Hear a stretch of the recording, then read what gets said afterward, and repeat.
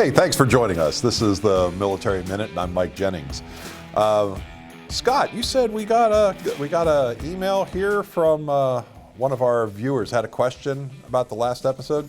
Yeah, so apparently Doge kind of lit up the headlines there. So Thomas from Fort Worth asks, I appreciate the information in your podcast, and I have a longer commute to work each day, and I wish the episodes were longer. So Mike, why are we making the episodes shorter? Well, that's a great question. So ultimately, what we're trying to do is to provide information that's easily digestible. Ultimately, everybody's got 5 to 10 minutes a day to be able to set aside a little bit of time when they're down to do something good for themselves. And our thought process was, if you have any kind of a commute to work, you've probably got at least 5 to 10 minutes to make that drive and get in there. And that's where we want to encapsulate it. Of course, our interview segments are longer. And some of those are actually pretty extensive, but the way that we've built this out in different kinds of chapters on different kinds of subjects is really designed to just make sure that we lock in one idea that somebody can use, that's news that they can use. Of course, that's the biggest deal if you're getting these live coming out as part of our weekly releases, but if you're looking back on them, certainly you can, if you have a longer commute, you can move from episode to episode very, very quickly. There and certainly the interview segments you can grab that are longer, but that's a great question from Thomas. So, isn't that your middle name too? It is. How about that?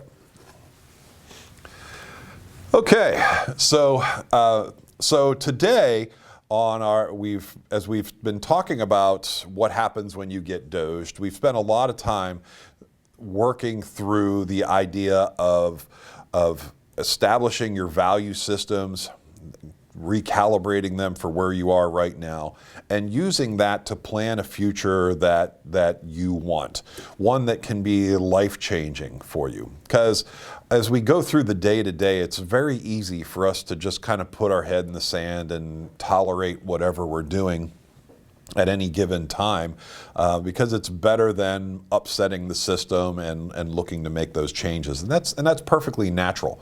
I mean, it actually follows the law of inertia. But when change is forced on you, when you didn't want it, now there's an opportunity to go forward and do something different. But in the beginning, we just need to know where we're going to go.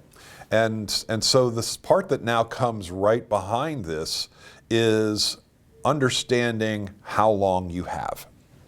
And when you're talking about being without your source of income, the currency that you have is really time.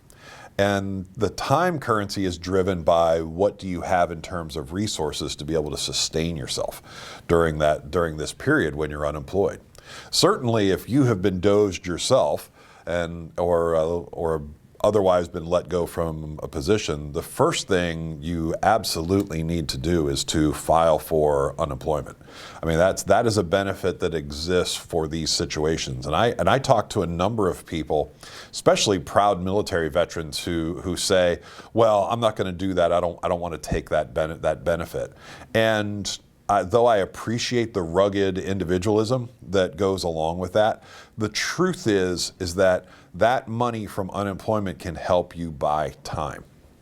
And I think it's very important too, whether we're talking about being doged or whether we're talking about leaving active duty at the end of your service agreement, or even if you resigned your commission.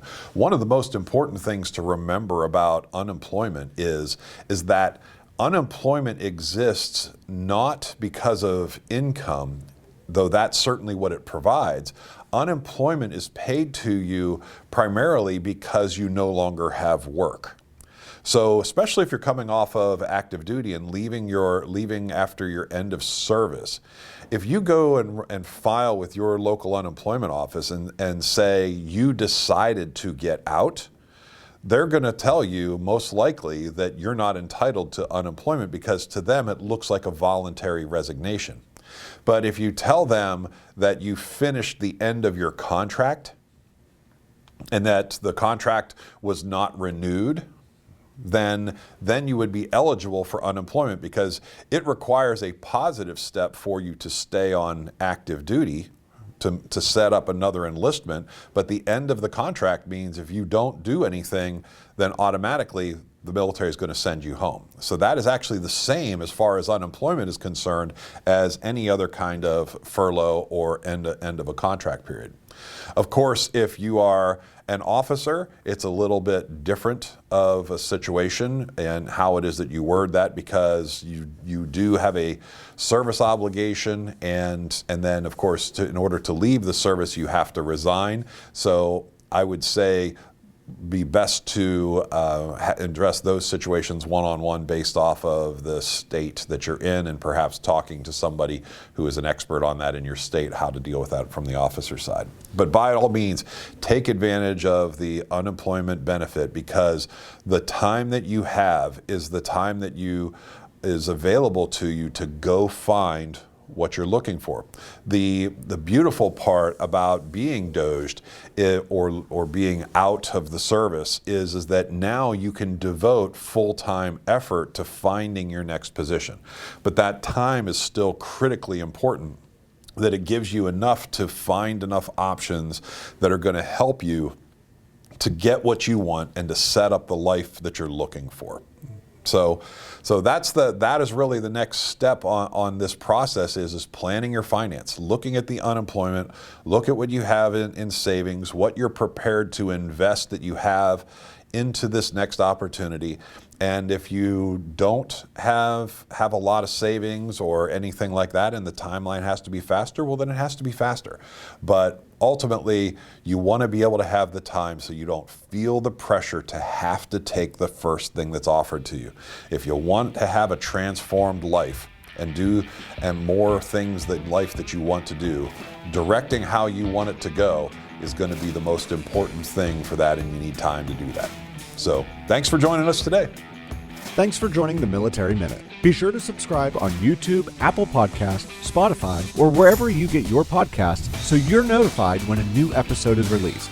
Is there a topic or conversation you want discussed here on the show? Send it to me at scott.cunningham@militaryminute.us.